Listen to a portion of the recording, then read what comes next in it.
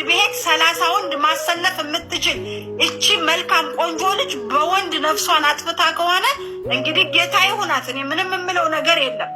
የቀራችሁት ግን ሰማይ የተከላችሁ 24 ሰዓት ወንዶችን ታወራላችሁ። ወንዶቹ የሚያልሙት ሌላ ነው፣ እናንተ የምታልሙት ሌላ ነው። ያህልማችሁ ሳይሳካ ሲቀር የ1 ሜትር ገመድ ነፍሳችሁን ያጠፋዋል ማለት ነው። ስለዚህ ለወንድ ብላችሁ ነፍሳችሁን አታጥፉ። ሰላማት ወንድ ቤት ወንድ ይተካል። ምን ሆናችሁ ነው? ምን አግኝቷችሁ ነው እንዴ?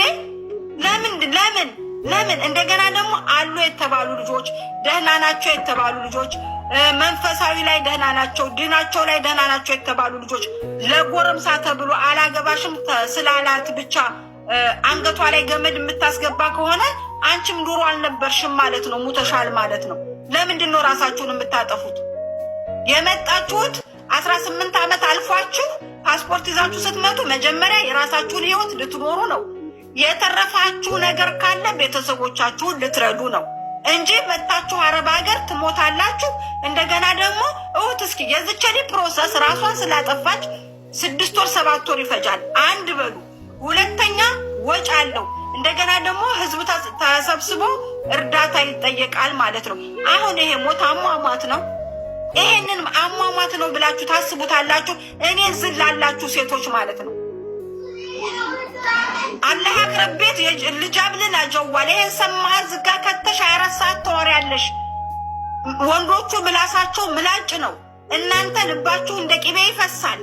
የምታምኑት ነገር እህትና ወንድሞቻችሁን እኮ እንደ ባዳ ወንድ እኮ አታምኑ።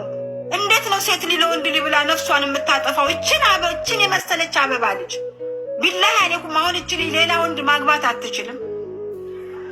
ገና 30 ዓመት ያልሞላሽ ሴት እንደዚህ ራስሽን የምታጠፊው ለምንድን ነው? ስለዚህ ሴቶች ጥንቃቄ አድርጉ። ምን ሆናችሁ ነው? እኔ ያገባሁት የወለድኩት እኔ ተስፋ ያልቆረጥኩትን እናንተ ተስፋ የምትቆርጡት ምን ሆናችሁ ነው? ምን አግኝቷችሁ ነው? ለምን ለቤተሰብ ቁስል ትሆናላችሁ? ለምን ለእናት እሳት ትሆናላችሁ? ለምንድን ነው ለእናት ነደድ የምትሆኑት? እናት እኮ ትጎዳለች፣ አማታል እኮ ልጅሽ ታንቃ በወንድ ሞተችላት። የሞት ሞት እኮ ነው ለወላጅ። እናንተ ከቤተሰብ ሀቅ ራሱ አትወጡም እንዴ? ሞቶ ማረፍ እኮ አለ። ያጀማታል ህይወት እኮ እዚች ዱንያ ላይ ብቻ አይደለም፣ ከሞት በኋላ ረፍት እንዳለም እሰቡ እንጂ ኑሮ እንዳለ እሰቡ። እናቶቻችሁን እንደዛ አድርጋችሁ አስለቅሳችሁ ምን አይነት ደስታ ልትበት አስለን። እኔ ቻው። እኔ በጣም ነው የሚያሳዝነው በእውነት ቻው። አላህ ይሆናችሁ። እሺ ቤተሰብ ዛሬ እንግዲህ ያው ብቅ ብያለሁ። በጣም ለጆሮ የሚያደማ ነው እና ልጅቱ ራሷን አጥፍታለች። ያጠፋችበት ምክንያት እኛ አናውቅም፣ የሚያውቀው አንድ ፈጣሪ ነው።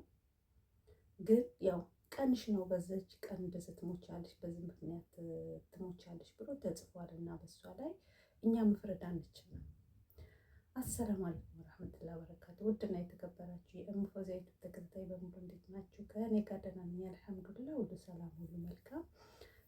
ያው በጣም ያሳዝናል። እህታችን ራሷ አጥፍታ ራሷን አጠፋች፣ ያኔ ታንቃ ሞተች ነውና እች ልጅ የሞተችበት ምክንያት ማንም ሰው አላወቀም። ሰው ሁሉም በያፉ ብዙ ነገር ያወራል። ግማሹ ለወንድ ነው ለወንድ ብላ ነው ታንቃ የሞተችው ይላሉ። ግማሹ ሌላ ነው የሚያወራው፣ ግማሹ ሌላ ያወራል። እና እውነታውን ሳታውቁ ዝም ብላችሁ ባታወሩ ጥሩ ነው ብዬ ነው የማስበው። እች ልጅ የሆነ ራሷን በማጥፋቷስ ማን ያውቃል? አስክሬኑ ተመረመረ? ራሷን ማጥፋቷን አልተመረመረም፣ ይፋ አልወጣም። እርግጥ በፖሊስ እጅ ላይ ነው ያለው እና ክሮሮክስ እና ምንድነው ምናምን ብቻ ተብሏል። እና ገና እውነታው እስካልወጣ ድረስ እች ልጅ ራሷን በማጥፋቷ እኛ ዝም ብለን ሚዲያ ላይ ባንቀባጥር፣ ልጅቱ በህፃነቷ በዚህ እድሜ ላይ መቀጨቷ በጣም ነው ውስጥ የተነካው። አንድ ሰው ስደት ስንመጣ መቼም ራሳችንን እንለውጣለን፣ ቤተሰብን እንለውጣለን ብለን የመጣ ነው እና ደግሞ ሳናስበው ደግሞ እንደዚህ ወጥቶ መቅረት አለና አሁን ቤተሰብ እሷ ትመጣለች እየተባለ እየናፈቁ ልጅ መቼ ነው የምትመጣውን ቀን እየቆጠሩ እሷን ቤተሰቦች የናፈቁኝ እያለች ሳታስበው እንደዛ አይነት ነገር እንግዲህ መከሰት ማለት በጣም ልብ ያደማልና እኔ በጣም ነው የልቤ እንትን ያለው በጣም ነው ያዘንኩት። ለምን ልጅቱ ቤቷ ውስጥ ገብቼ ሳያት ደስተኛ ነው የምትመስለው ልጅቱ። እንደዛ አይነት ነገር የምታደርግ አትመስልም። እንዳለ ቤቷን ገብታችሁ ብታዩት ማለት ነው እንዳለ መንፈሳዊ ነው በቃ እንዳለ እንኳን ዓለማዊ እንኳን ሌላ ነገር እንኳን ሳት ብሎ እኮ የለቀቀችው ነገር የለም። በጣም ነው አምላኳን የምታመሰግነው። በቃ በብዙ ነገር በቃ በመዝሙር እያደረገች በጣም ነው እንትን የምትለው እና እንኳን ይሄን ነገር ልታደርግ እኔ እንጃ እኔ ምንም አልተዋጥልኝም። ልጅቱ ስታዩት ደስተኛ ነው የምትመስለው። ለነገሩ ሚዲያ ላይ ወጣው ሊሳቅ ሁሉም ደስተኛ ነው ማለት አይደለም። ሁላችንም ደስተኛ አይደለንም። የሆዳችን የምናውቀው ራሳችንንና አንድ ፈጣሪ ነው የሚያውቀውና ግን በቃ ለምን እኔ ይሄን ያልኩበት ምክንያት ምንድነው? በቃ እንዴት ሃይማኖተኛ ነችና እንዴት ራሷን ልታጠፋ እዚህ ደረጃ ደረሰች የሚል ጥያቄ ምሮ ላይ አድሯል። ግን ነገር ግን ደግሞ ለወንድ ብላ ራሷን አጠፋች የሚባለው ነገር እኔ አይዋጠኝም፣ እኔ አልተዋጠኝም እና በጣም ያሳዝናል። እንግዲህ ምን ይባላል? ምንም አይባልም። እንግዲህ ያው ደግሞ ሱሪ ላይ ደግሞ በጣም አስቸጋሪ ነው።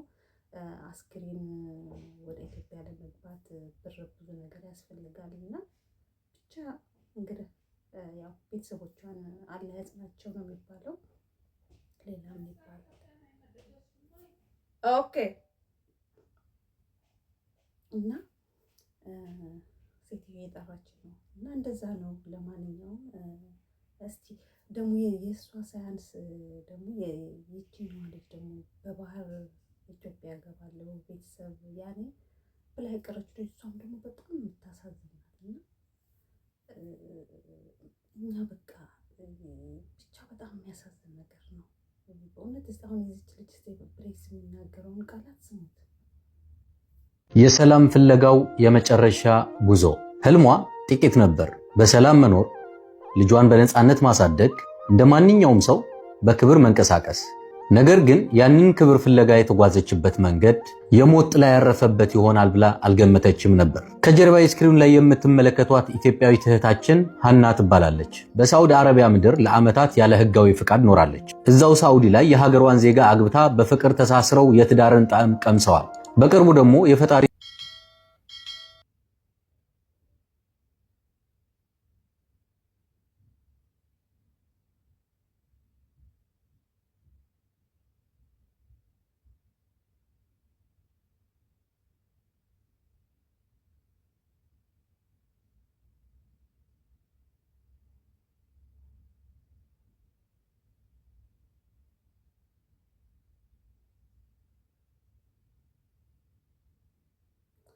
እና ቤተሰብ ላይክ ሰብስክራይብ እያደረጋችሁ አበረታቱኝ። እኔን ያው እንግዲህ ቪዲዮ መስራት አልችልም፣ ያው ሴትዮ ጠርታኛለች እና በእንደዚህ አይነት ምክንያት ሰው ቤት ውስጥ ሆነን ዩቲዩባችንን እናሳድጋለን። ዘበት ነው ያው እንዳይቀዘቅዝ አንዳንድ ነገሮችን ለቀቅ እያደረግን መቼም ያው እንግዲህ ኢትዮጵያ ስንሄድ እንሰራበታለሁ። እኔንም ላይክ ሰብስክራይብ አድርጉኝ፣ አበረታቱኝ።